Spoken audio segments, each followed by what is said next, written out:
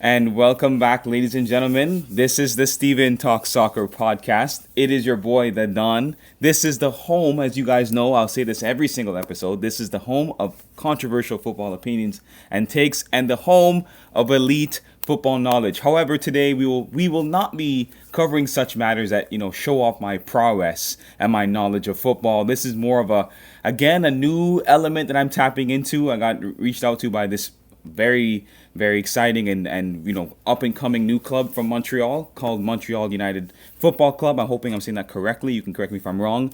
I'm here with the CEO as well as the club president, Benjamin Wahba, and he's here to talk about all the new exciting things happening at Montreal Football Club. It's part of the new thing I want to do on this podcast, where I kind of shine light on local and also within the area teams in my area rather, and speak about what they're up to, the projects that they have going on, and what they plan on doing in terms of revolutionizing football, as they've claimed that they are doing and have been doing. So, without any further introduction and further waffle talk from me, the host, let me introduce the guest, Benjamin, or Ben. I don't know if I can call you that. Hey, say what's up to the people. It's very nice to meet you once and for all. Hey, what's up, everybody? Steven, it's a pleasure to be here. I really appreciate you coming on. Trust me, it's a really big step for me. I've been working really hard behind the scenes. The people listening know that. And to have you on, man, trust me, it means a lot. I'd like this to be the first of at least some sort of monthly or maybe even like, bi-monthly type of sequence where I speak to you guys and we can kind of catch up on what the club is up to, if you'd be interested in that before we go for any further. Of course, that'd be an amazing project to get started on. Yeah, I don't know if I was speaking to you specifically, but I was speaking to you guys listening. I was speaking to the Montreal United Football Club. I was saying to them, if I could find a way to model their clothing on my my podcast page, so you guys could see like the new jersey that they come out, the new gear that comes out that they come out with, and you'd see me, the host here, presenting it and showing some love to the people from Montreal. I mean, I have a big appreciation for Montreal. I have family there. I'm actually going to Montreal. By the time this episode comes out, I would have already been there. So it's pretty interesting that I'm speaking to the club president right away. So just some That'd be background. fantastic. We'd love to have you here, Steven, and you can be assured that your jersey is already on the way. I'm very, very, very happy to hear that. I promise you, I wasn't trying to incentivize. That's not why I had you on to say, No, no, "Oh, I no. need the jersey," or "You're not coming." None at all. I'm not like that. But no, I really appreciate that, man. Thank you. Let's kind of get first into the real thick of things. When was the club established? Walk me through when this whole Montreal United Football Club started, or MUFC started. For sure. So Montreal United Football Club, as we know it today, actually is a rebrand of a former club that began as recently as last winter. So a year ago, from where we are today.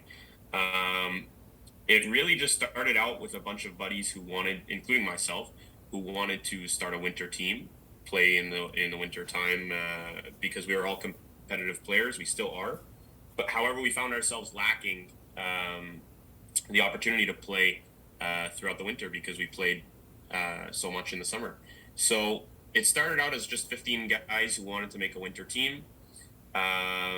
And for me personally, I began the Instagram because in my studies I was able to um, gain the skills of using things like Photoshop and a lot of creative tools that helped me end up producing some pretty professional looking posts on Instagram. So we started that Instagram just for fun. Mm. And as our inaugural season went down, um, the we gained a rather instant attention, not just from people we knew, but from people outside and all around Montreal, really.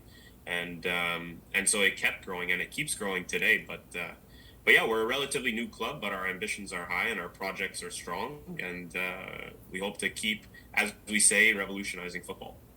Definitely. I find that it's fascinating how the world has evolved so quickly at such a rapid pace with social media, and how quickly you can get to be recognized and known by doing the right things. I think it's clear to me that the fact that we're both speaking and you're on this podcast today tells me just how well you guys have done so far within a year to be, this well known. I find that very impressive. I have to give you a lot of credit. You'll hear a lot of praise from me today, but genuinely, like I am very impressed, and I have to commend you for your ability to become so quickly, garner so much attention so quickly. I think that's quite a feat. Well, thanks so much. We're glad to be here. And I guess this kind of answers my next question, but you kind of said this in your answer just now. But what inspired you to start the club? But Would you? So, are you a former player yourself? But you was the club president. Did you used to play football? Do you still play for the team currently? Like, explain to me what your role is. I guess beyond you, obviously, helping to start up what it is today. Yeah, of course. So yeah, I have been playing, and I still play today competitive football. And I've been playing for the same club since I was 3 years old. Wow. Um, and I haven't stopped. I still play with roughly the same buddies that I did. The same coaching staff. Everyone's the same really since we began. So the team chemistry is fantastic. The team itself is great. We won. I mean, we've had the blessing of winning many championships. But yeah, I wanted to essentially bring that mentality into Montreal United. So that was a big inspiration. Is I wanted that competitiveness. I wanted that um, professionalism that not only I got the opportunity to play for and experience during my playing career, but also bring that to a new project and also like add my own little touches to it as well that I can, I guess, take from watching European football and the way they operate the big clubs there. Definitely. And I think if you use that as your model, you're only going to go head in one direction. A lot of teams, especially nowadays, have to kind of readjust and realign I wouldn't say their values, because I think football has remained the same in some part. But I feel Yeah, like modeling it from what you, like you said, and what you see in the European clubs is a very good example, because to bring that type of philosophy to where we are in North America is something I think needs to happen more and more and more in order for, Ottawa or Montreal or any province, Ontario, Quebec, British Columbia, oh, to for really to sure. grow. Yeah, I think, I mean, when you look at it, I think we entered the footballing world, Montreal United, I think we entered the footballing world at the perfect time for North America because you look at the timeline and how things are progressing here. Football is growing exponentially quickly. You can find a club in almost every region um, in Canada right now, and the states is a different story too. They're growing just as fast, if not faster, with the you see the U.S. men's national team and the women's national team. Same thing for Canada, and obviously Mexico's been strong.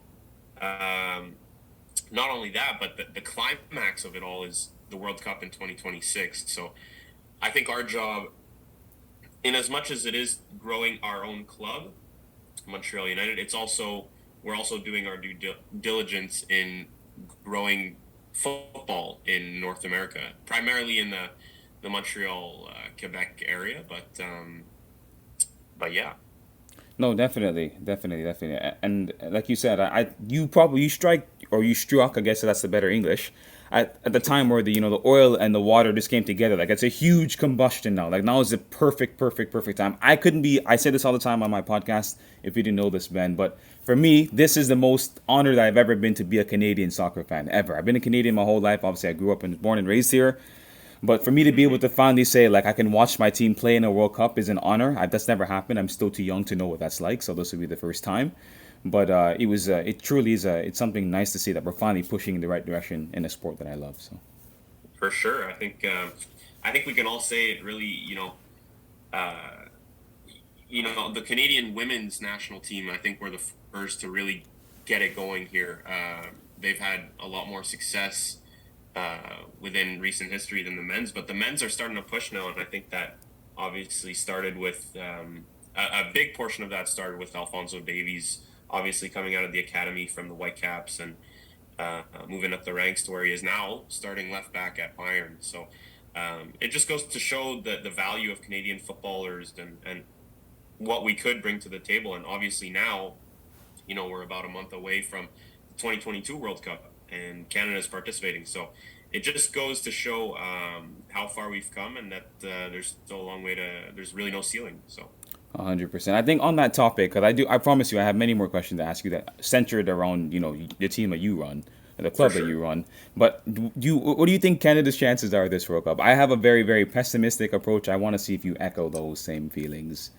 Yeah, so it's a tough one to call, Stephen. Honestly, I Mm, think our group is a pretty strong group. yeah.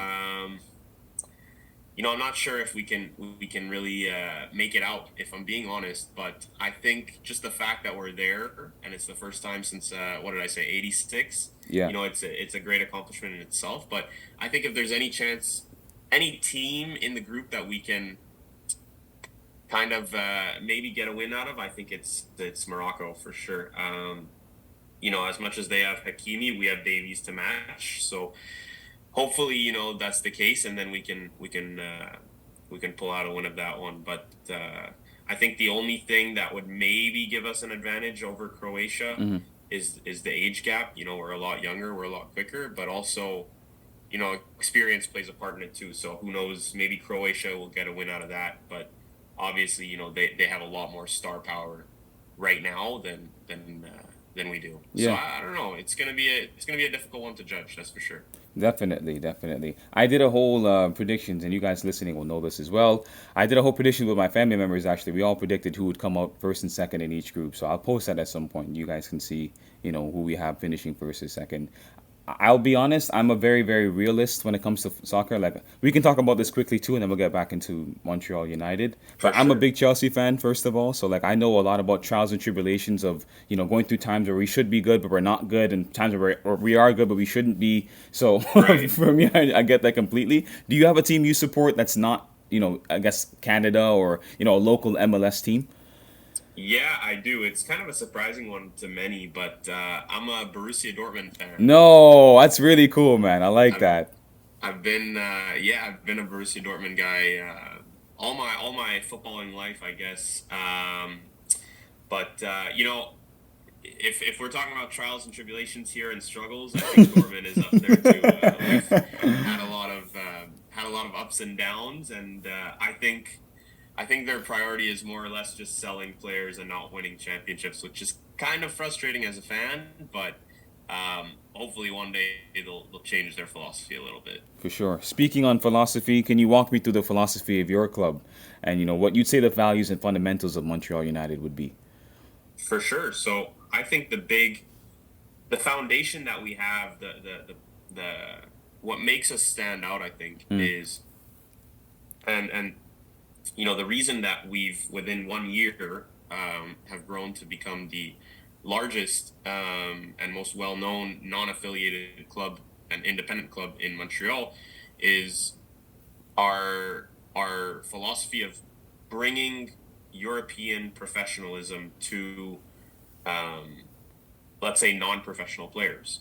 So obviously, as much as we're not in MLS or any of the top five European leagues, we strive to bring that same professional mentality. So we provide professional coaches who have coached in some cases in professional competitions.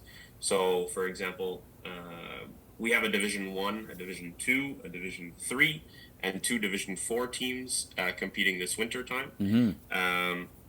Our Division 1 coach, Stefan, his name is, he actually coached um, uh, for a club competing in the CONCACAF Champions League a few years back. Wow. So we've tried and we strive to gather the best, most professional coaching staff we can, because at the end of the day, they're the leaders of their team. They guide the team. They teach the team, and it results on great. It results in great results on the pitch. So that's huge, and we do things differently as well.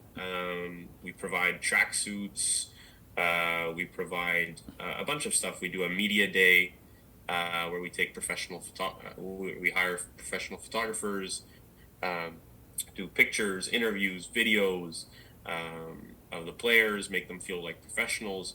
We also have our own custom kits, obviously. A lot of that stuff, I think the culmination of all of that just adds to that feel, that European or just professional feel. And that's something that, I was lucky enough to have in my playing career. Um, and I want to bring that to players who necessarily aren't professionals. It's very difficult to gain access to that. But I think for me, at least, I speak for myself. When many of us who watch football at a young age want to become a professional footballer, right? So, it's very difficult to get access to that dream in the end. That's the harsh reality. But a So club true. like Montreal United, we're working hard to provide that. So, in terms of facilities, we provide top facilities for trainings. We provide top facilities for game days. If all goes well, we're working on a contract that'll give us access to a famous soccer stadium in Montreal, known Wow. as the Stade de Soccer de Montréal Mm-hmm. in French. Yep. Um, and that facility it's state of the art. Everything about it. There's media rooms. There's staff rooms. There's obviously training facilities and fields, outdoor, indoor. It's really state of the art, and we do this with the best interest of our club, but also we do it for our players. At the end of the day, we care about each and every one of our players who registers with us, and we want them to develop, and we have to give them the tools to do so. Definitely. I thought that was a very, very thorough answer. Normally, when I ask questions like that, people give me something a bit more tame, a bit less. I wouldn't say valuable. That's not the word, but just not as detailed. Because you answered many of the questions I have written here in that same answer, but I'll make sure it's a bit Okay. separated, so that people listening can have not only the bulk of what you said, but also in broken pieces that is kind of like really, really clear cut. Because I want to make sure that once this episode's over, they can say, I know exactly what this club is about, not only from the guy who's running it, but also from a perspective like myself, who's just learning about it now. You know what I mean? For sure. Yeah, that'd be great. I want to add something to what you just said too, and I think this is super, super important, and it's something that that's actually why I started the podcast. So I guess people are getting answers from me, and I don't really talk much about my angle of things. I like to make it more guest oriented, especially when I have Okay. someone important and as important as you guys. But for me, as someone who's created this podcast, my aim is to do something very similar. I feel like the North American soccer scene for too long has been very, very dormant, and I want to change that for the future, where like North America has something to recognize and say we have people in the country or in the continent that are That's amazing. genuinely knowledgeable and are able to give real like understanding of the game. That's, let's be honest, it's not played at the highest level where we are. It's played where you said, professional settings in Europe, in South America, maybe, in Australia or New Zealand, for example, and you won't Right, get that right. as often here. It is changing, like you said, and I 100% agree that what you're saying by giving media days, by giving players who typically know that the area they're in doesn't really produce, the top level talents really, unless you have maybe the Jonathan David or maybe Alfonso Davies. Let's be honest, most club players that are. I have friends of mine that played in Montreal, for example, and it told me the same thing. Yes, the experience was fantastic, but the ceiling of which they tried to reach wasn't necessarily going to be achieved the way they wanted it to be. Yeah, You know what I mean? exactly. And that's something that we, as an independent club, hope to change. So obviously, there's a board. Um, there's a Quebec soccer board, and us being independent, we don't associate with that board. Therefore, we're not necessarily restricted in any way that we can act. So there's no real ceiling for our club. So we do everything and anything possible to get players to where they want to be. A lot of players come to us saying that they want to kickstart their professional careers. They might be early 20s or even late teens, and they want to kickstart that career. They want to go to the next step. A lot of them are also new to the countries, coming from football central countries. Um, and so we welcome them in and happily accept them and want to develop them, because at the end of the day, it's part of our job as not just Montreal United, but as a club in North America to grow, like you said, the football scene here that has been dormant for quite a while. So, Agreed. And I think that's really, really important because I feel like one thing people don't realize is part of the reason why I want this to become my profession permanently. Like I'm currently a student studying journalism, okay. trying to become a sports journalist. That's my main aim. I'm a soccer fanatic. I've been watching the sport for who knows. I mean, what feels like the best part of my entire life. And like I said, I'm still only finishing up school now. So for me, from to hear that from you is something I wish I may have heard when I was a kid. Selfishly, I'll say that because as a kid, I didn't really feel like that was as available as you guys will probably be making it be, going forward. Right.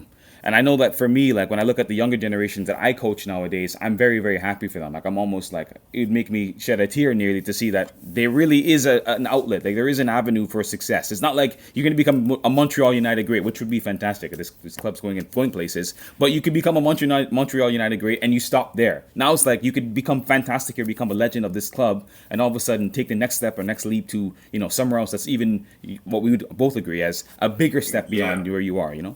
exactly. I think that's huge too, because as much as we do our best to propel players into the right direction.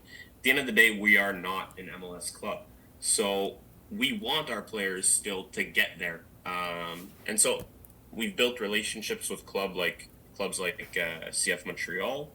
I personally am good friends um, with the vice president of the club.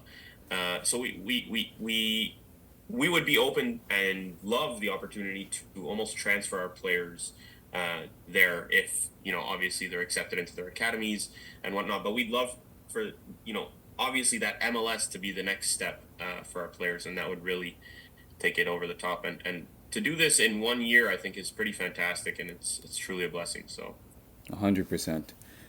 When we come back from the break, ladies and gentlemen, all of those little questions you've been dying to have answered by Ben here will all be answered and more, I can assure you, once we return.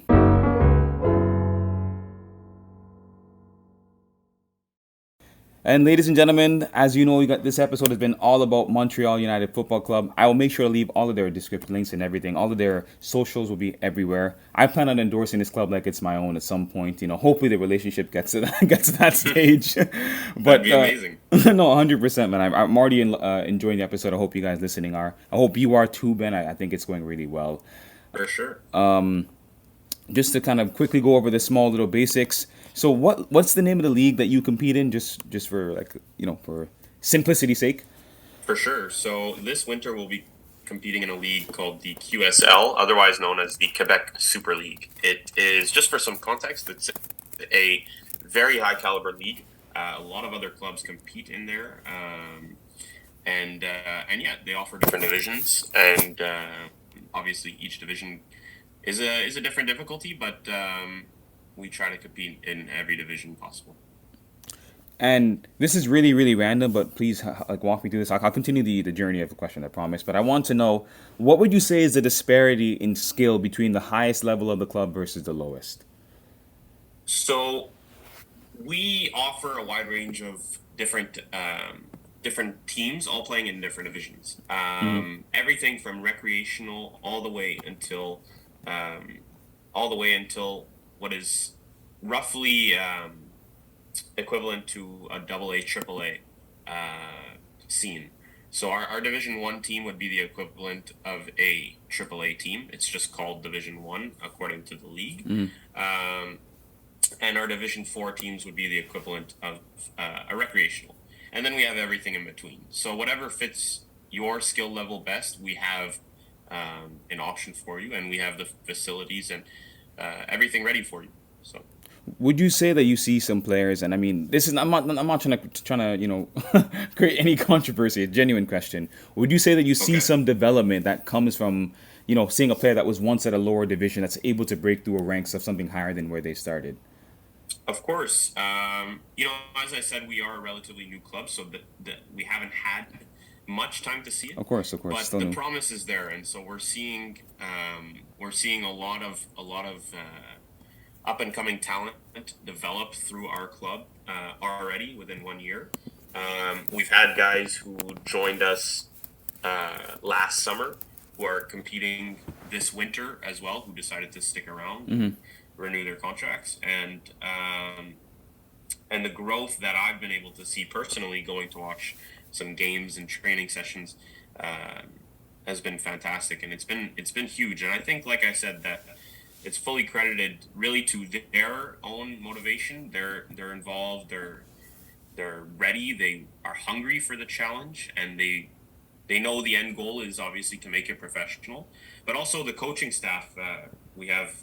Um, we have 3 professional coaches, each with their own coaching staff behind them. Um, And yeah, their names are Coach Teddy. He coaches our Division 3 Saturday team. Sorry, our Division 2 Saturday team. Mm-hmm. Um, Coach Hamza, also a very well-known coach. He coaches our Division 2 Monday team. And then we have Coach Stefan, who is our Division 1 Saturday head coach. And each one of those has their own professional coaching staff, assistant coaches, all of that with them. And it just, like I said, not only adds to the professional environment we want to produce, but it enables players to grow even within a short span of 1 year. Definitely. And again, I think what will have to happen is I'll have to have you back on again to really explain the growth from, the 1 year to 2 years to 3 years. Because I feel like in order to really appreciate something, sometimes you need to see the journey, or at least the beginning of something versus like the kind of the middle period and where it's come to. Oh, for sure. I It's think, still too soon, like you said, still kind of fresh in everyone's mind and even yours, what this club can do. of course, yeah, that'd be fantastic. We'd love to be back. I want, you said something about contracts and giving out contracts to players. Can you walk me through that a little bit, like what that looks like? Yeah, so those are more or less for our competitive teams. Obviously, recreational players don't need that. But the Of way it course. works is we have a website, montrealutd.ca. You can see it on there. And for our recreational teams, you can simply go register through the website. You pay a registration fee. It covers everything for the season. And yeah, once you pay, you're basically in. However, for competitive teams, especially our Division 1 team, there are tryouts, obviously. So the coaching staff is there. They host their own tryouts. They select their players, and then we would reach out and sign them to the teams. So yeah, just like really any pro club would do when they host a trial, we do the same thing. And I'm not gonna lie, they're very, very intense, which is nice to see because you're gonna get the best out of your players, and that you're gonna be able to differentiate those who are qualified and those who knows might need a couple more years to get to the level we're looking for. For sure, for sure, for sure, for sure. I wanted to ask something kind of along those lines again, just to kind of fully complete the understanding of the Sure. contracts. Would they be like 1 year, 2 years at the So length in it's terms of like half a month or a season rather, or it's 1 season, 2 season? Yeah, so we go off a season long basis. Okay. So whenever a new season starts, oftentimes the teams will kind of change, rotate a little bit. A couple players might not stay, a couple players might come in. Ultimately, though, we find, and we've been able to see throughout the time that we've been established, is that most players do stick around. And I guess that's because we're doing something right, I guess. But yeah, we tend to just sign players to season long contracts, especially when it's their first season. See how they like it, and then we're not gonna force anybody to stick around if they don't want to. So if they want to go, we'll give them the approval. 100%. So when does the winter season start, or even when does either both the summer season and the winter season start, and when do they end? Okay, so it's different, really every year, but a rough estimate for a winter season. This winter season actually is going to begin in just a few days, Okay. as of November 1st. That's not. Sorry, actually, one of our teams actually has their first game on the 31st of October. So just in a few days, um, and the season is about 16 weeks, so it goes all the way from start of November until March, and then obviously the top four teams. The way it works in our league is that the top four teams would make playoffs, and so that can take you all the way until April, depending how far you get. As for summer season, it usually starts around April as well. So it doesn't really give much of a long off season. So I guess it's good because players can keep in form, but it usually goes from about April, May until typically about September. So they're pretty lengthy seasons, which is great. You get a lot of football going, and yeah. No, you make it. I mean, not only does it sound this way, or probably is this way, but you're making it seem like it's definitely worth the penny you're paying. Like it's not like you're just paying for 3 or 4, like let's say 2 or 3 games or 2 or 3 months, and then boom, season Oh, stops. for sure. Preseason, go on. Yeah. We pride ourselves, as much as we pride ourselves on the atmosphere that we can provide.